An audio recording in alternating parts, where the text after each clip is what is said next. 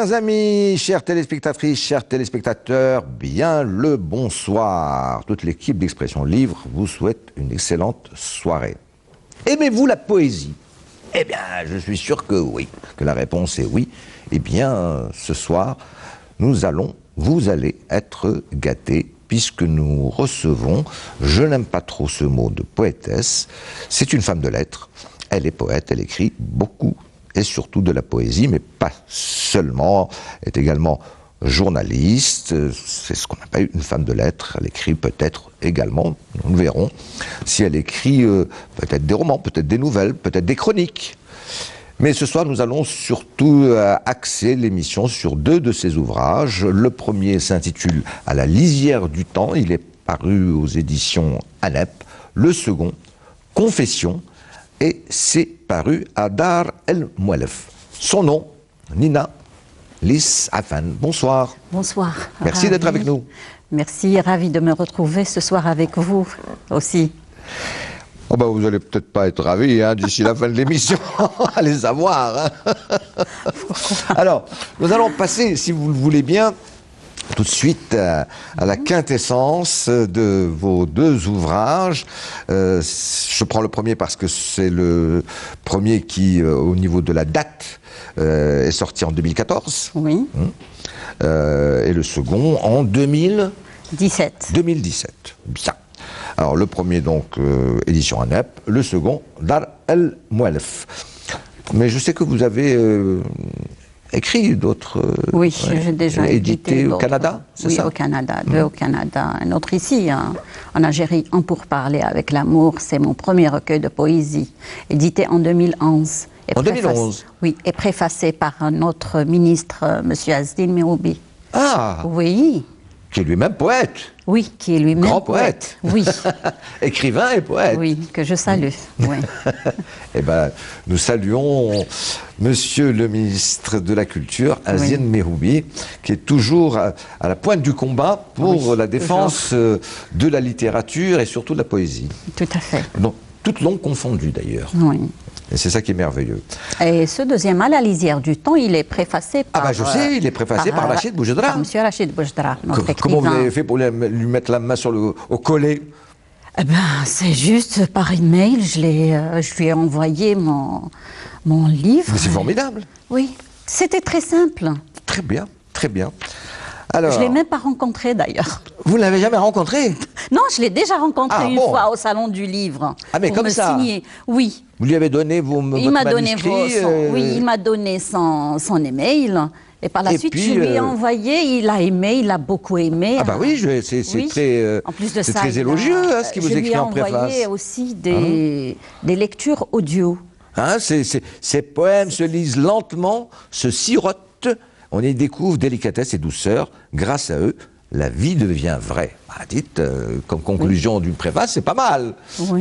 Venant de notre ami Rachid Boujdra, qui est lui-même poète aussi. Poète, écrivain, c'est notre. Alors, à la lisière du temps, on va commencer par celui-là. On va prendre un petit peu, si vous voulez, parce qu'il y a de très nombreuses poésies. Il y en a à peu près presque une cinquantaine, 40, 50 comme cela environ. Oui. Il y en a des courtes et des moins courtes. Quand même, il y a une ossature dans toute la lisière du temps. Je dirais que ce n'est pas le temps. C'est espoir, désespoir. Tout à fait, je me suis sentie exclue du temps à ce moment-là. Voilà. Tout simplement. Vous êtes exclue du temps. Et le temps, ce n'est pas un bois, ce n'est pas un pouce fouit. Le temps fuit entre nos mains. C'est la raison à la lisière du temps, en fait. Ouais.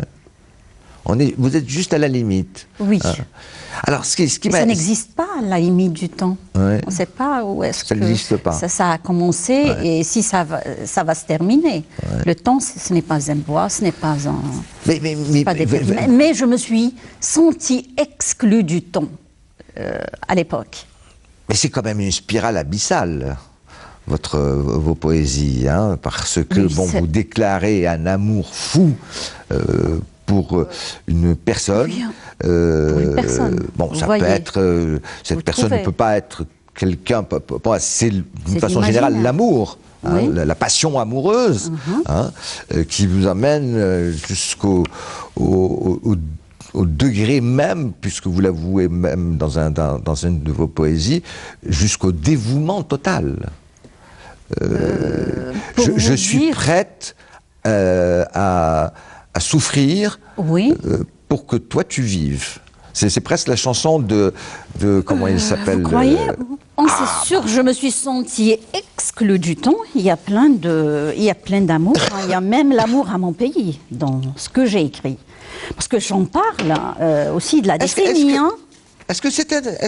Oui, l'amour, parce que c'est un ensemble d'états d'âme d'adolescentes.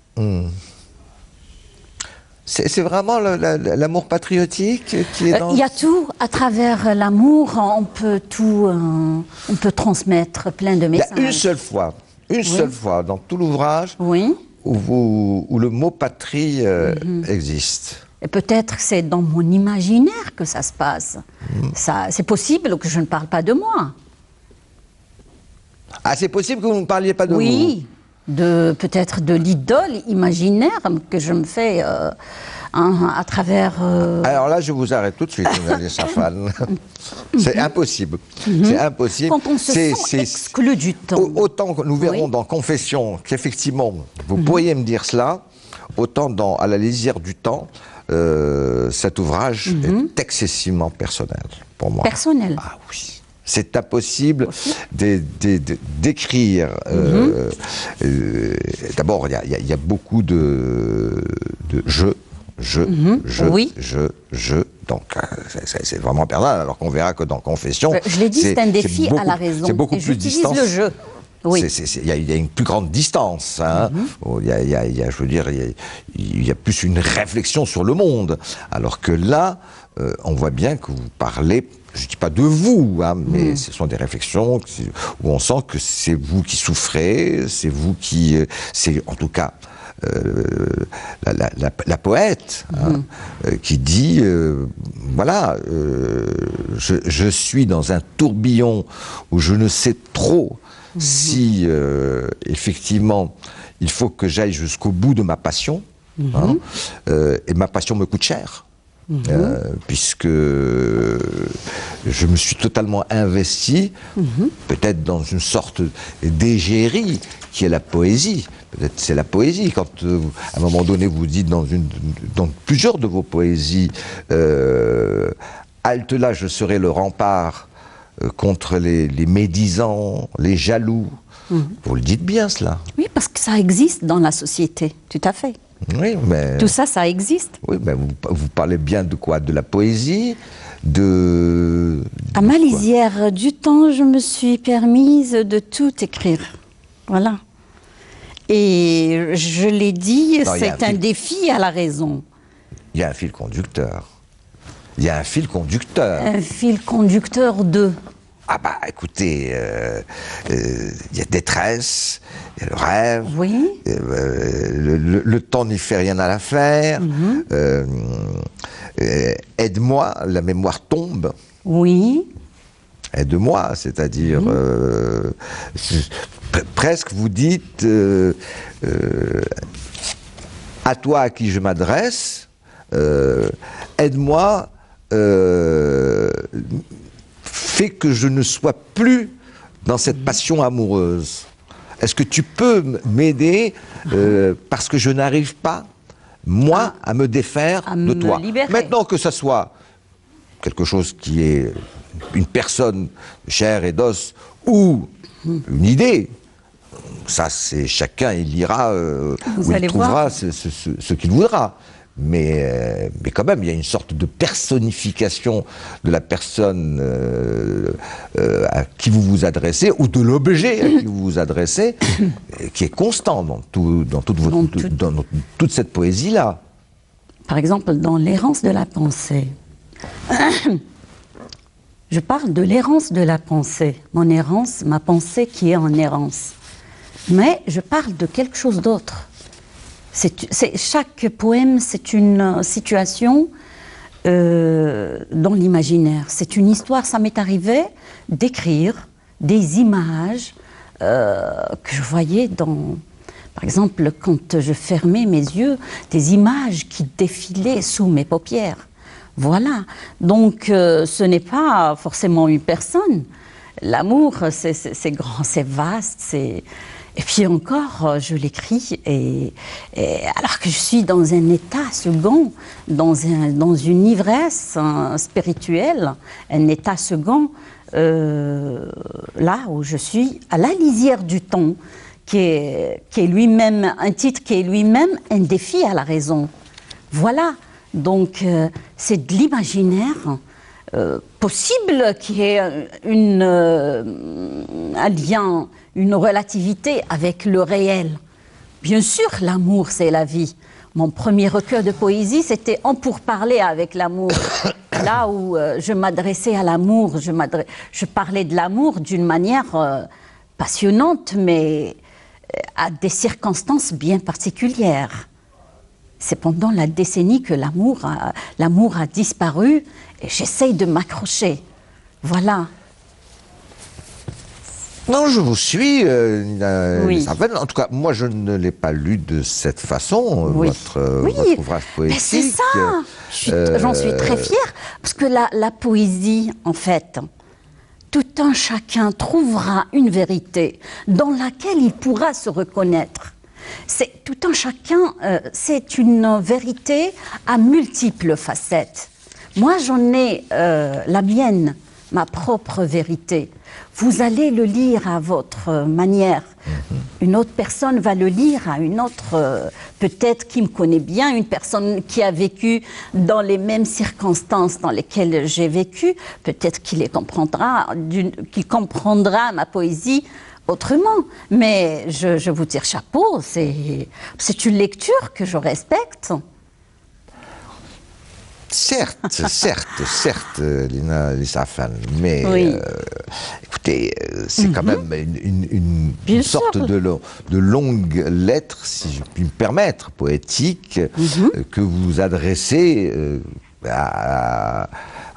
encore une fois, c'est pas une question à une personne, ça peut être à une idée, voilà. mais c'est bien, ça va au-delà de l'imaginaire. Bien sûr que dans toute poésie, il y a de l'imaginaire, bien heureusement, hein, mais ça va. C'est pas seulement de l'imaginaire. On sent bien dans vos poésies qu'il y a une souffrance personnelle. Comment vous sentez que c'est pas de l'imaginaire? Vous pouvez me donner une raison que c'est pas de l'imaginaire? Non, mais toute poésie est imaginaire. Oui. Là n'est pas la question, mais je veux dire que quand c'est une poésie totalement imaginaire, quand on écrit choses inanimées, avez-vous donc une âme, etc., bien sûr que c'est totalement de l'imaginaire. Oui. Mais quand le même poète écrit une poésie où on sent bien que ce n'est plus de l'imaginaire, mais c'est quelque chose de personnel qui lui est arrivé, ou dont il a souffert personnellement, ça ne devient plus de l'imaginaire. Mais je personnifie ma poésie. Je parle en mon nom. On verra que dans Confession, c'est pas pareil du tout. Je peux m'incarner en d'autres. Vous voyez, quand j'écris, c'est des circonstances très particulières. Je n'écris pas...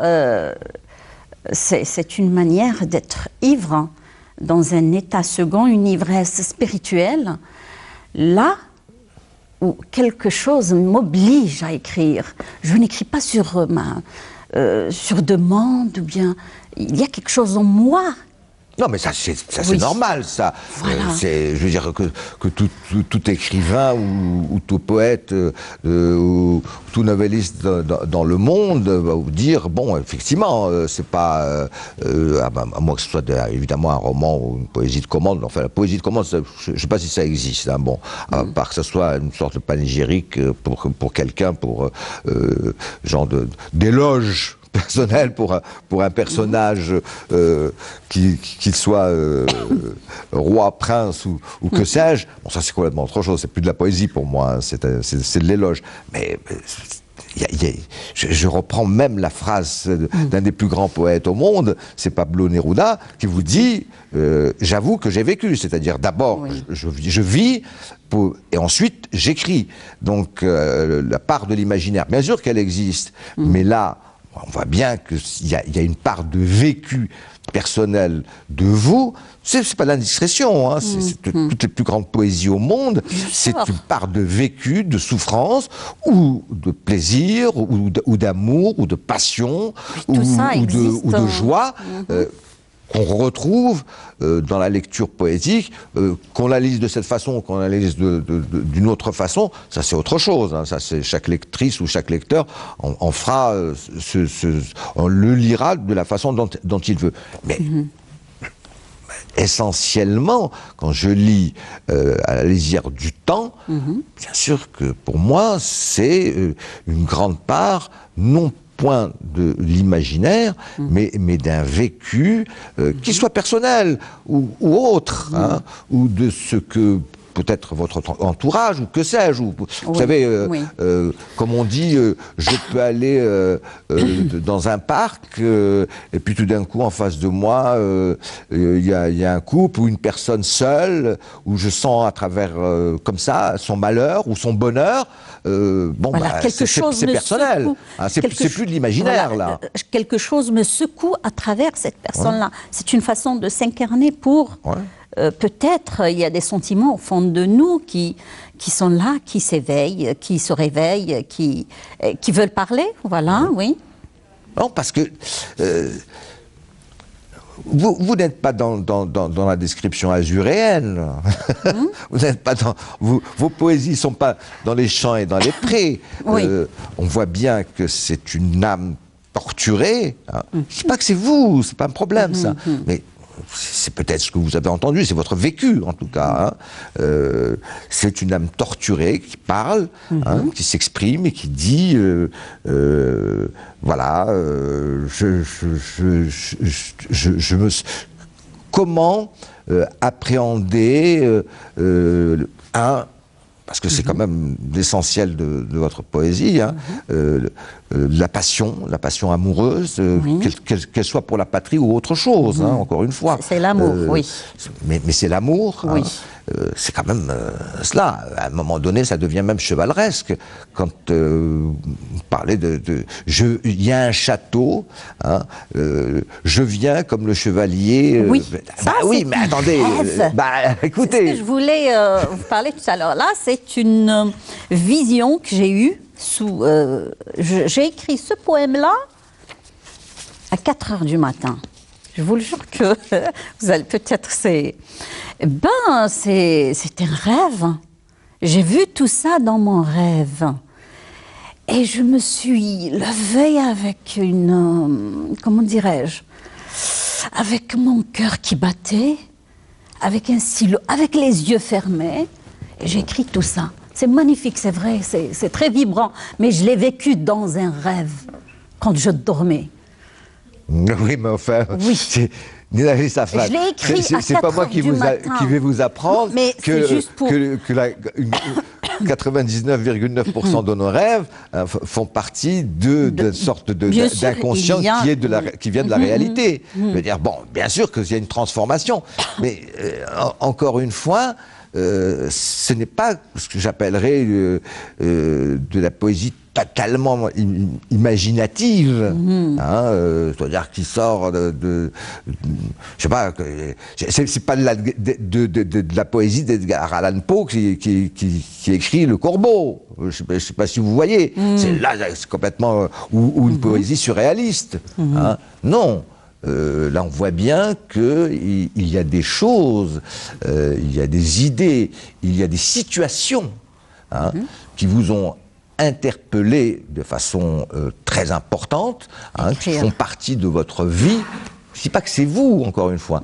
Je dis c'est des choses, des situations, peut-être un ami ou une connaissance vague, qui peut-être vous a raconté quelque chose, qui vous a tellement marqué que on la retrouve dans votre poésie. Je sais pas si attention, je dis pas que c'est une poésie réaliste. Oui. Hein. Il y a de la poésie réaliste, hein, c'est-à-dire une description très réaliste, très plate de ce que vous pouvez sentir, les oiseaux gazouillent dans les bois, etc. Non, c'est pas ça du tout. Là, c'est des Mais sens, on sent bien c'est des émotions que... Vous tenez en main quelque chose qui va bien souvent vous faire souffrir. Hein. Bien sûr, écrire, c'est souffrir en quelque chose. Pas toujours, heureusement. Pas toujours. Hein. Vous savez, moi, l'image d'Épinal, comme quoi le gars doit être dans une soupente avec une bougie, crevant à la faim, et souffre pour bien écrire, ça fait longtemps que j'ai enlevé cette idée, cette image d'Épinal de ma tête. Non, lorsqu'on plonge dans ces tréfonds, on souffre pour écrire, tout à fait. Oui, heureusement, mais tout le monde souffre dans une passion. Le peintre souffre dans l'écriture, pour faire un tableau. Pour exprimer des sens. Parce que charger ces mots en sens, charger ces textes en sens, ce n'est pas aussi facile que ça. C'est la plus difficile des écritures, je trouve, oui. C'est une charge énorme. Je vous prends votre première poésie. Alors, hier et aujourd'hui. Vous commencez comme cela. Hein. Déjà, vous mettez entre... hier et aujourd'hui. Donc, vous mettez à la lisière du temps. Ça, c'est l'oubli. Bon, alors, vous citez... plein de... un fameux roman de Colin McCullough, qui s'appelle Les oiseaux se cachent pour mourir. Oui, c'est très moi, beau. J'ai lu ce roman qui a été mis en feuilleton à la télévision, qui a eu un succès mondial, etc. Quand on lit dans une poésie que vous vous référez à un titre comme Les oiseaux se cachent pour mourir, là, c'est plus de l'imaginaire. C'est plus de l'imaginaire. C'est carrément quelque chose qui vous a happé, touché dans votre vie, c'est-à-dire, encore une fois, une amie qui peut vous raconter quelque chose, et vous l'avez, vous, transformé en poésie, hein, ce qui est très beau. C'est ça, le poète, c'est qu'il entend des choses, il peut aller, encore une fois, tout d'un coup, il entend, il n'écoute pas, mais il entend l'histoire. Il va acheter le pain, puis tout d'un coup, il entend deux personnes qui sont en train de parler de leur malheur ou de leur bonheur, et il la transforme en poésie parce qu'il trouve ça très touchant. Hein. Et pour ça que je vous dis, peut-être que c'est une très mauvaise lecture de ma part, une analyse Safan, mais 99% de vos poésies, c'est la vie, c'est-à-dire que ce n'est pas, pour moi, un imaginaire pur. C'est que vous l'écriviez sous forme imaginative. Ça, je l'entends bien, heureusement. Sinon, ça ne deviendrait plus de la poésie, ça deviendrait des chroniques. Voilà. Mais on sent bien que c'est de la poésie qui touche à la vie. Alors que je peux avoir des poésies, même de très grandes poésies, qui touchent, disons, généralement à quelque chose de beaucoup plus, encore une fois, azuréen, plus champêtre, que sais-je, etc. Parce que là... Non, on sent bien qu'à chaque poésie, il y a derrière une histoire prenante, soit de désespoir, généralement, de désespoir. Hein, juste l'abandon, la subversion, hein, comment peut-on tomber sous le charme d'eux? Hein, être ensorcelé, l'ensorcellement, mais dans le sens passionnel du terme, hein, c'est-à-dire que vous pouvez avoir quelqu'un qui va vous dire j'arrive pas à me défaire de telle personne, j'ai envie de lui dire aide-moi à ce que je ne t'aime plus. Vous le dites vous-même dans une de vos poésies. Aide-moi. Bien sûr, l'amour c'est la vie, c'est sûr. Ah oui, mais c'est clair. Oui. Mais moi, pour moi, encore une fois, la quintessence de votre poésie, c'est cela. C'est comme ça que je l'ai lu, c'est-à-dire, de bout en bout, on verra que c'est complètement différent dans Confession. Hein. Et c'est pour ça que vous l'avez intitulé Confession, parce que là, c'est une œuvre poétique beaucoup plus réflexive, sur des idées qui vous sont plus personnelles, sur la vie d'une façon générale. Alors que là, non. On voit que quand vous avez écrit ça, c'est comme ça que je l'ai, il y a des situations auxquelles vous avez été confrontés dans tous les sens du terme, c'est-à-dire que vous les ayez vécues ou pas, mais dont vous avez entendu parler, dont on vous a narré, qui vous ont profondément touché, marqué, en disant je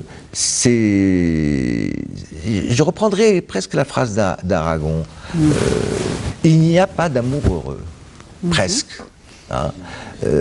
Vous finissez en disant mais heureusement il y a un brin de lumière, montrez-moi qu'il y a encore quand même quelques braises de lumière, mais pratiquement tout le reste est assez sombre. Hein, c'est pas mais ça ne peut pas dire que c'est pas beau. Oui.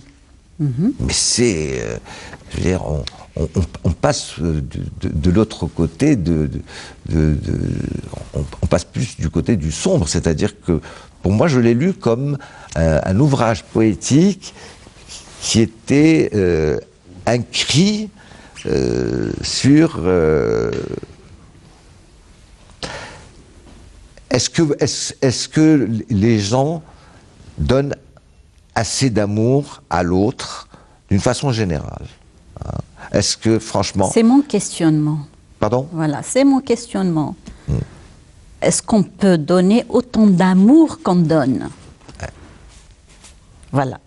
Parce que quand même... C'est à peu près, dans ce sens. Le mot dévouement est très fort chez vous. Très très fort. Hein? C'est-à-dire une poésie où c'est... même vous me parlez du temps. Bon. À un moment donné, dans une de vos poésies, vous dites carrément, dramatiquement, quand il y a un amour-passion qui n'est pas partagé, hein, où il n'y a pas de retour, on pense qu'avec le temps, vous dites pratiquement, mais le temps ne fait rien à l'affaire. Oui, c'est votre lecture, hein, je respecte. Le temps ne fait rien à l'affaire. C'est terrible. On peut passer... C'est comme si je voyais cela, parfois dans la vie, nous tous, hein, chacun de nous a eu des moments comme cela, on fonce tête baissée en sachant parfaitement qu'on va aller sur un mur. Et on essaye de dépasser ce mur à force de, encore une fois, de dévouement, de dire je peux encore faire plus pour soit l'être aimé, qui peut être la patrie, hein, aussi, qui peut être des idées, des idéaux, attention, ça peut pas être seulement une personne, ça peut être des idéaux, et puis patatras, il n'y a pas de retour. C'est un ensemble d'états d'âme que j'ai écrit pendant la décennie noire. À la lisière du temps, c'est une manière d'être exclu du temps. Et là, je les ai écrits pendant la décennie. Donc, pour vous donner une petite référence, hein, c'est des anciens textes. Confession, c'est des nouveaux textes, là. Mais à partir de la... quand j'avais, à l'âge de 14 ans, j'écrivais. Bien sûr, c'est un ensemble c'est un mélange d'états d'âme, d'amour, de faiblesse, de sombre, si vous voulez, de joie, oui, il y en a de la joie, de force aussi, il y a de la force. Et écrire à la lisière du temps, comme je l'ai dit tout à l'heure, c'est un défi à la raison. C'est une manière de... Alors, je vous tiens là, par le collet. Oui. Je vous tiens. Oui, vous dites, oui, mais justement, c'est cela. C'est que tout votre ouvrage est basé sur la passion. Hein. Si on n'est pas passionné, c'est pas la peine. Et je sais que vous êtes certainement une grande passionnée, parce que sinon vous n'écririez pas de la poésie. Hein. Bien sûr, il y a plein de sens au fond de moi. Bien sûr. Hein. Mais qui dit passion dévorante dit déraison. bien sûr que tout votre ouvrage est dans la déraison. Non, il y a une différence entre à la lisière du temps, être à la lisière du temps comme défi à la raison et la déraison. Hein, l'état d'âme qui est dans un état Pourquoi vous n'aimez pas le mot déraison? Si, c'est une manière d'être au-delà de tous ses sens. Voilà, la déraison. Oui, c'est juste ce que vous dites.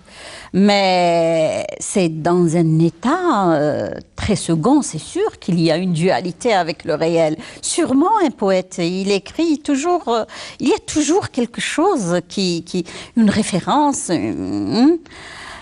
soit en s'incarnant l'autre, soit on le vit, mais il y a une circonstance bien particulière qui nous incite à écrire. Et bien sûr, l'état second, c'est involontaire. Oui, non, mais ça j'entends bien. Comme je le dis dans une poésie, l'ivresse ordonne, moi j'exécute, c'est plus fort que moi. Donc, oui, non, mais ça je le comprends. C'est des extraits purs, là, c'est une partie de mon âme. Oui, mais ça je l'entends très très bien. De toute façon, je vais vous lire... et ensuite, on va passer à la confession. Oui. Vous me parlez de l'écriture poétique. Vous le résumez bien. Vous en parlez parfaitement bien dans une de vos poésies qui s'appelle Plaisir d'écrire. Je n'ai pas choisi ce passage pour rien. Hein. Je ne peux pas lire toute la poésie en entier, mais la plume, c'est le sensuel. Oui. La culture, le romantisme, l'ivresse sensuelle. Elle étanche la soif. Elle rassasie l'âme. Vide des mots. La plume fait atteindre la perfection dans le virtuel du jamais vécu dans le réel. Bon, nous y voilà donc. Nous y voilà donc. Hein. Bien sûr que si, vous savez, c'est comme encore une fois la fameuse phrase, le peintre assis devant sa fenêtre, peint-il ce qu'il voit? Bien sûr que non. Hein. Il y a aussi ce qu'il voit dans sa tête, lui, et comment il le construit. Bien sûr. Que lui dicte son imaginaire. Mais du jamais vécu dans le réel. Mais bien sûr. Mais ça, aucun poète ne vous dira ce que je décris, ce que j'écris, hein, ça s'est réellement passé. Mais ça s'est passé, mais différemment. On ne le sait même pas si c'est... Sincèrement, on ne le sait pas. Mais vous savez qui peut le savoir? Qui peut le savoir? À votre avis, qui peut le savoir? Le lecteur, il va le comprendre à multiples facettes. Voilà qui va le savoir. Voilà qui va le savoir. Oui. C'est la lectrice ou le lecteur. Lui, il va le savoir. Et vous aurez autant de savoir que vous aurez de lectrices et de lecteurs. Il va l'interpréter à sa manière, le lecteur. Bien sûr, mais vous ne pouvez pas lui dire, hein, oui, mais c'est complètement de l'imaginaire, etc. C'est pas possible. Non, j'ai pas dit. Il y a toujours une dualité avec le réel, c'est sûr, je le dis. Mais de l'imaginaire, où tout un chacun va se reconnaître. Mais ma propre vérité reste à moi, sûrement. Ah mais ça, c'est clair. La preuve en est, c'est que vous éditez, vous faites publier. Donc, sinon vous écririez chez vous et vous entasseriez vos poésies dans une malle et vous dites bon ben ça ce n'est qu'à moi. C'est que vous donnez à lire. C'est une. À un moment donné, du moment que vous donnez à lire, ça devient public. C'est fini. Normal. Vous savez que ça ne vous appartient plus. Bien sûr, ça devient public. Donc ça y est. Votre part, même si vous me dites non, mais c'est strictement que de l'imaginaire, etc. Je suis en train d'expliquer, c'est tout. Mais encore une fois, c'est à la lisière du temps, pour moi en tout cas, hein, vos futures lectrices et lecteurs trouveront peut-être totalement autre chose, mais c'est encore... C'est ce que vous avez retrouvé. Bon, c'est de la magnifique poésie que j'ai beaucoup admirée, mais qui est très dans le sombre, et je dirais comme si une personne, sur un chemin long et douloureux, tentait de trouver par dans les ruines du château, un bout de lumière qui permettrait à ce que l'humain puisse ne pas perdre espoir dans une vie où les rapports humains sont plus que difficiles. Très compliqués, oui. En tout cas, moi, je l'ai vu comme ça, parce que si le château aurait pu très bien ne pas être en ruine. Hein. Il aurait pu être totalement construit, mais et la personne aurait pu très bien ne pas y être prisonnière. Je me suis défendue dans le château. Et j'ai réussi à sauver quand même. Oui. Oui. Mmh. Peut-être qu'il était bien dans son château. Allez savoir. Oui, c'est... Il y a des personnes qui se sentent très bien, malheureusement, dans le sombre. C'est terrible, mais c'est comme ça. Sinon, l'humanité aurait pris un autre virage. Putain, chacun explique le sombre à la manière, à sa façon. Hein. Il y a quand même un sombre, croyez-moi. Il y a un sombre, malheureusement. On va passer à confession. Oui. Allez, ça, alors, c'est complètement d'un autre type d'écriture. Oui. Vraiment. Hein. Je dirais que autant à la lisière du temps, je trouvais ça excessivement lyrique. Voilà, c'est lyrique, hein, à la lisière du temps. C'est très musical, c'est très lyrique, c'est très amené. Alors que Confession, je veux dire que c'est pas que c'est plus terre à terre, mais c'est quand même plus suivi au niveau de la pensée. Il y a moins de jeu. Vous êtes moins enivré dans Confession que dans à la lisière du temps. Vous êtes moins enivré. On pose un peu plus les pieds sur terre et on réfléchit un peu plus sur... c'est plus existentialiste comme poésie. Alors au début, vous savez, je commence toujours quand je dis que ce soit un roman ou soit un essai, etc., je commence toujours à aller savoir pourquoi par la table des matières. Si, je sais pourquoi, parce que ça me donne une idée au départ de la structure de l'ouvrage. Alors je me suis dit, bon, il y a au moins 70 poésies, à peu près, une cinquantaine du moins. Et puis, bon, quand j'ai commencé à le lire, je me suis dit non. Il n'y a pas 50 poésies. Il y en a beaucoup moins. Beaucoup moins. Il y en a peut-être une vingtaine. Pourquoi ? Un enchaînement, dit. Parce qu'il y a c'est des sous-titres. De la beauté jusqu'à dévergondage. En réalité, c'est une seule et unique poésie. C'est un enchaînement d'idées. Et c'est l'éditeur qui a mentionné. Mais c'est un ensemble de petits poèmes bien enchaînés. Où chaque fois, quand vous terminez votre poésie, le dernier mot de votre vers va reprendre. C'est une idée différente, mais ça suit. Oui, bien sûr. C'est pour ça que je l'ai lu, moi, comme une seule et unique poésie, pratiquement. Où on aurait pu, à la manière des surréalistes, n'en faire qu'une seule et même poésie, avec juste, ça c'est un effet style au niveau de l'édition, hein, de mettre le dernier mot de la poésie en italique et le reprendre ensuite. Alors, cette suite, parce que ça c'est comme, encore une fois, de la musique. C'est comme, on appelle ça une suite en musique. C'est une suite musicale. Mais là, elle est très réflexive.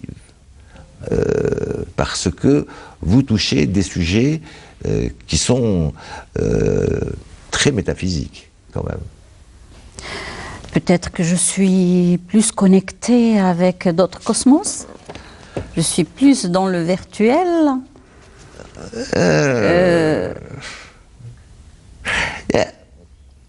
Dans Confession, je me suis réconciliée avec moi-même. Oui. Oui, peut-être que vous faites un point. Oui. Peut-être que vous faites un point. Parce que, regarde, quand on termine de instinct ivre jusqu'à dévergondage, Bon, moi, je l'ai lu comme seule et unique poésie. Oui, hein, parce que c'est un enchaînement. Je ne sais pas si c'est votre éditeur ou vous-même, mais je présuppose que c'est vous qui, tout d'un coup, juste la poésie qui suit, ça s'appelle « L'horloge s'arrête un instant ». C'est quand même pas gratuit, ça. Hein. Voilà, je développe hein, une longue poésie qui s'articule avec, je mets un point qui va rebondir sur une autre pensée, sur une autre pensée, et encore sur une autre pensée, qui va me faire... C'est une dérive, mais une bonne dérive, hein, parce que c'est pour ça que je vous dis, Confession, c'est pas du tout pareil que La lisière du temps. Parce que je l'ai écrit à l'âge adulte, là. Voilà, c'est différent. C'est des états d'âme à la lisière du temps pour parler avec l'amour. C'est des anciens textes. C'est des textes qui datent de 20 ans, là, que je, bien sûr, retravaillé par la suite. Mais Confession, c'est des nouveaux textes. Ça date de 5, 6 ans, de 7 ans, 8 ans. Voilà. Mais parce que vous dites, c'est plus posé, c'est plus mature, c'est plus mûri. Voilà, on peut retrouver les étapes d'un écrivain. Bien sûr. Bien sûr, voilà, s'écrit de sa jeunesse. Voilà, pour parler avec l'amour, et à la lisière du temps, c'est beaucoup plus les écrits de jeunesse, vous voyez un peu. Mais là, c'est des textes... Une jeunesse qui sait très bien ce qu'elle veut. Hein. C'est pas une jeunesse écervelée, excusez-moi. Comment dirais-je? Comment vous répondre? Parce que Confession, de Instinct ivre jusqu'à Dévergondage, encore une fois, vous avez la beauté, l'aveuglement, c'est une mélodie de la vie. On voit que c'est Cime, toutes ces poésies, c'est comme si le dernier mot nous amenait à une réflexion avec beaucoup de maturité sur autre chose. Et vous sautez comme cela vous profitez. Hein. Oui. Mais ça, c'est parce que vous avez travaillé cela, je suppose, ardument. Dernier mot, vous dites, bon, c'est parce que si je mets ce dernier mot-là, c'est parce qu'il va me permettre de sauter sur une autre idée, hein, de prendre le relais sur une autre idée, qui peut paraître totalement différente. Elle l'est, certes, hein, mais, encore une fois, c'est des réflexions très métaphysiques hein, sur le monde. C'est un voyage vers l'imaginaire d'une manière... Pourquoi vous tenez absolument à dire c'est l'imaginaire? Mais tout est imaginaire. Et il y a une dualité avec le réel. Nous-mêmes, nous sommes imaginaires. Vous le savez, ça hein, vous savez que nos yeux nous faussent notre vision, puisque normalement, nous regardons en 3D, mais nous ne sommes pas en 3D. Oui. Scientifiquement, nous ne sommes pas en 3D, mais c'est nos yeux qui nous permettent d'avoir ce qu'on appelle la profondeur de champ, comme dans la peinture. Mais bien sûr que tout est imaginaire. Même le roman le plus mauvais est imaginaire. Bon, l'imagination de l'auteur est mauvaise, mais l'imaginaire, vous ne pouvez pas lui enlever ça. C'est pas le problème de l'imaginaire. Hein. C'est le problème, encore une fois, de l'écriture. Vous l'avez dit dans La lisière du temps. Voilà ce que c'est que l'écriture. Hein. C'est plus l'imaginaire. C'est plus seulement de l'imaginaire, c'est autre chose, hein, c'est votre entendement, c'est votre rapport à la vie. C'est un romancier ou un poète, c'est son rapport à la vie. C'est bien ce qui est dans vos poésies. C'est le reflet de son âme aussi. Vous n'êtes pas en train de parler, vous écrivez pas une poésie de science-fiction, que je sache. Non, loin de là. On n'a pas parlé de science-fiction. On a parlé de l'imaginaire qui a un rapport avec le virtuel. Regardez ce qui est dans cette longue poésie. Regardez ça. Tourment, mensonge, recherche de l'absolu, sauter par-dessus les obstacles, chercher le vertige des sens et de l'esprit, résister à l'absurde, à la haine. Pause. L'horloge s'arrête un instant. Pause. M'arrête un instant. Et je vais aller sur d'autres choses. Mais je veux que tout ce qui m'habite, me tourmente, mais me réjouit, me ravit, je veux le construire dans une poésie qui semble de prime abord ne pas être fragmentée. Elle n'est pas fragmentée. Elle n'est pas fragmentée. Elle est un corpus dans son entier. Sinon, vous ne l'auriez pas écrit comme ça. Vous ne l'auriez pas écrit comme ça. Si c'était fragmenté, oui, je vais parler de ça, puis ensuite de ça, etc. C'est que vous avez construit un corps, un corpus, à travers presque une vingtaine de poésies, et j'ai beaucoup apprécié ce livre parce que c'est très nouveau, c'est quelque chose d'excessivement original de pouvoir se dire, bon tiens, oui, je vais construire une vingtaine de poésies, mais l'une va tirer l'autre, qui va tirer l'autre, qui va tirer l'autre, qui va tirer l'autre, qui va tirer l'autre. Je vais en faire un ensemble, et je dirais que presque, si j'avais eu le temps, j'aurais pris toutes vos poésies, je les aurais fait photocopier, et je les aurais mis sur mon mur, et je les aurais lus d'un seul tenant. Et je pousse vos futures lectrices et lecteurs à faire cela. C'est-à-dire pratiquement à photocopier l'ensemble de ce corpus et à le lire dans son ensemble, comme ça, d'un seul tenant. Genre, chaque petit extrait de poésie, c'est la photographie d'un instant, vous voulez dire? D'une idée,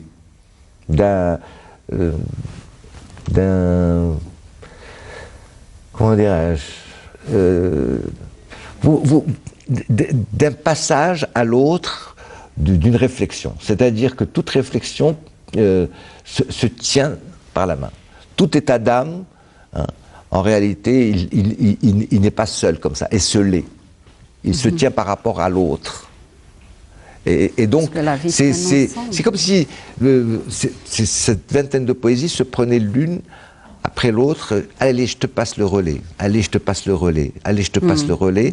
Pour que... Mais quand on le voit dans son ensemble, moi je vous dis, monsieur, je l'ai fait. Je l'ai fait. Hein. Je ne l'ai pas collé sur mon mur, mais j'ai fait photocopier. Toutes vos poésies. Et j'ai collé ça comme ça. Je les ai lus d'un seul tenant. Oui, c'est votre lecture, c'est sûr. Ah bah, attendez, sinon vous n'auriez pas terminé chacune de vos poésies par un mot qui rebondit sur une nouvelle poésie. C'est un enchaînement, bien sûr, parce que les sens, c'est à travers nos sens, c'est toujours, il y a toujours, c'est les mêmes sentiments, c'est les situations qui changent, c'est tout. Mais les sens restent les mêmes, les émotions, un être humain, notre humanisme, notre façon d'être dans ce monde, ma plume, elle reste la même, c'est sûr. Mais des fois, ça m'est arrivé d'écrire deux extraits, comment je le dis, deux petits textes, 20 jours, un mois après, je continue ce que j'ai écrit à partir de du dernier mot. Vous voyez un peu? Donc, je ne l'ai pas écrit d'un seul coup. Non, mais c'est dans l'espace, c'était très... comment dirais-je, très espacé, hein, des fois. Oui, mais ça, c'est...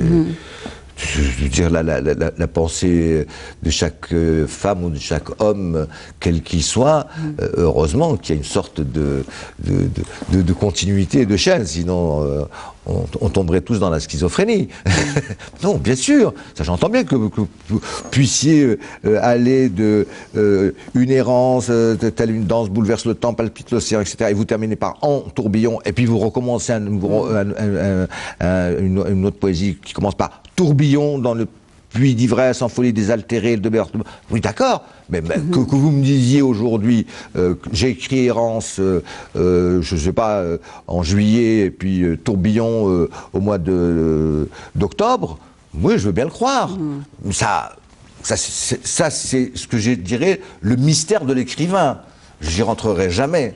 Hein, personne n'a le droit de rentrer dans le mystère de comment un écrivain écrit. Pour moi, ça n'a pas beaucoup d'importance, puisque la seule chose où je peux être dans le vrai, hein, c'est ce que j'ai dans la main. Hein, maintenant que l'écrivain ou le poète me dise Ah, tu sais, mais tu te trompes complètement. Ça, moi, je l'ai écrit il y a 6 mois, puis le reste, je l'ai écrit 10 ans après. Oui, mais donc c'est des instants différents. Ça ne me dit rien. Ça ne me dit rien. Je veux dire, ça ne m'apporte rien à ma lecture. Parce que sinon, il faudrait que chaque écrivain ou chaque poète, chaque fois qu'il édite un roman ou un livre, il dit voilà comment ça s'est passé mon écriture. Bon, on s'en sortirait plus. Hein. C'est le final qui intéresse la lectrice ou le lecteur. C'est sûr. C'est pas. Tout à fait. C'est pas bon qu'on écrive à 3 h du matin ou qu'on écrive à 8 h du soir. C'est pour donner plus de petits détails, c'est tout. Comme je vous ai parlé tout à l'heure de ce rêve-là qui m'est passé sous les paupières. Malin. C'était magnifique. Bien malin, qui pourra me dire si Dostoïevski écrivait avec un crayon ou avec un stylo. Et à la limite, peu me chaud. C'est ce que j'ai en main qui va m'intéresser. Bon, c'est ce que j'ai en main. Vous savez, c'est comme la vieille histoire. Oui, attention, Victor Hugo, il a écrit Notre-Dame de Paris en 45 jours, quelle prouesse, etc. Il aurait pu l'écrire en 10 ans. Pour moi, c'est pas, ça n'a pas beaucoup d'importance. Hein. C'est-à-dire que c'est le final qui m'importe. Qu'il ait pu l'écrire en 45 jours, c'est comme si on faisait une prouesse sportive. Enfin, l'écriture n'est pas une prouesse sportive. Hein. Vous pouvez. Moi, combien de fois j'ai pu voir ou entendre, vous pourriez me dire, bon, Confession, moi je l'ai commencé il y a 10 ans, puis je l'ai repris un jour parce que j'ai repris mes notes ou mes brouillons ou mon manuscrit, puis je l'ai terminé. Ça semble d'un seul tenant, mais en réalité, il y a 15 ans de différence entre la première poésie ou telle poésie et l'autre poésie. Oui, probablement. Et puis, vous êtes toujours sous le joug de l'éditeur qui va vous dire ben non, tu mets ça là et pas là. Tout à fait. Hein? Oui. Mais moi, pour moi, ce qui compte, c'est... Parce que il y a cette partie-là, et puis, après cette partie-là, on passe, après l'horloge s'arrête un instant, c'est autre chose. C'est résistance, écrire, il faut écrire, et seule l'écriture, j'entends la pensée humaine, peut faire face à la barbarie, résister. Et votre dernière poésie, c'est de la résistance. Ah, oui. C'est vraiment la résistance contre encore une fois, ça, voilà, le sombre. Et oui, malheureusement, il existe, le sombre. Et là, vous avez de très beaux textes, hein, et vous dites de l'audace, comme disait Danton, de l'audace, encore de l'audace, toujours de l'audace. Oui, je continuerai à écrire, et je pense qu'effectivement, seule l'écriture, c'est-à-dire la pensée humaine, peut faire barrage, rempart, contre ce qui est le plus détestable, le plus inhumain, et on l'a vu malheureusement chez nous, mais vous le dites avec... vos dernières poésies... Je le dis avec amour, avec... écoutez, vos dernières poésies sont très belles, hein, c'est le territoire des nuages, de l'air pur, de la colombe. Je ne veux qu'une seule chose, trouver enfin la paix, en moi et pour les autres. Mais entre-temps, et c'est pour ça que j'ai beaucoup aimé Confession, parce que vous dites, voilà par quoi, malheureusement, je vous dis, des choses terribles, des choses belles, le vent, le tourment, la cime, oui, il y a tout ça. Elle existe, les choses belles, elles sont là. Oui, alors, on s'accroche grâce aux choses belles de la vie, aux belles choses, bien sûr, tout à fait. Vous permettez que je vous lise ? Je vous en prie. Oui. Si c'est pas long, parce qu'il nous reste que vraiment quelques minutes. Ah oui ? Ah oui.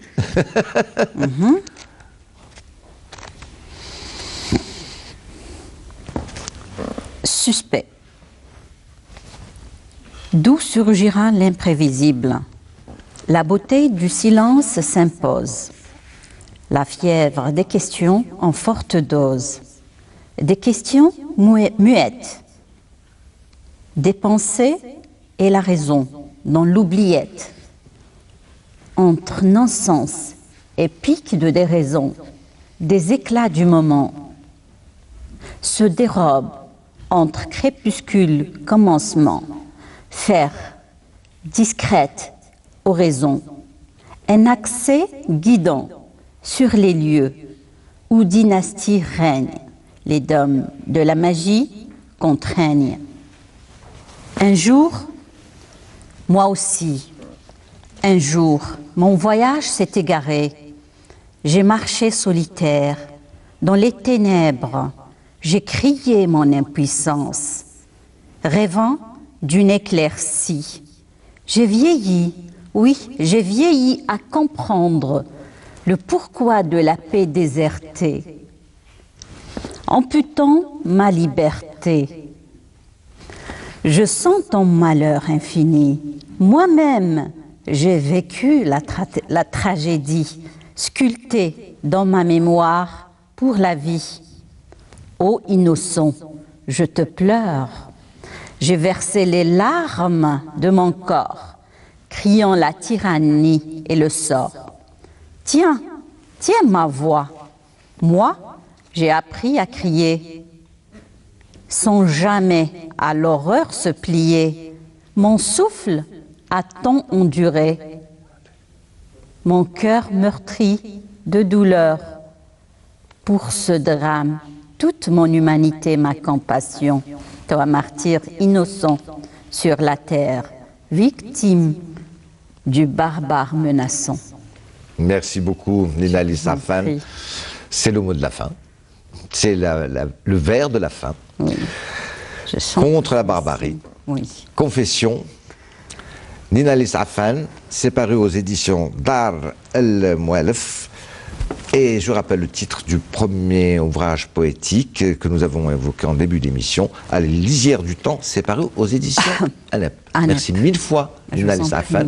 Revenez vite nous voir pour de nouveaux ouvrages poétiques, ou peut-être un roman ou des nouvelles. Oui, allez savoir. Merci à vous. Merci encore. Voilà, fin de l'émission. Merci d'avoir été avec nous pendant cette heure. Rendez-vous à la semaine prochaine, et comme d'habitude, eh bien, écoutez, à mardi prochain, même heure, même jour, et même punition. Allez, bonsoir à vous, bonsoir chez vous, bonne fin de soirée sur votre chaîne préférée, Canal Algérie. Merci encore.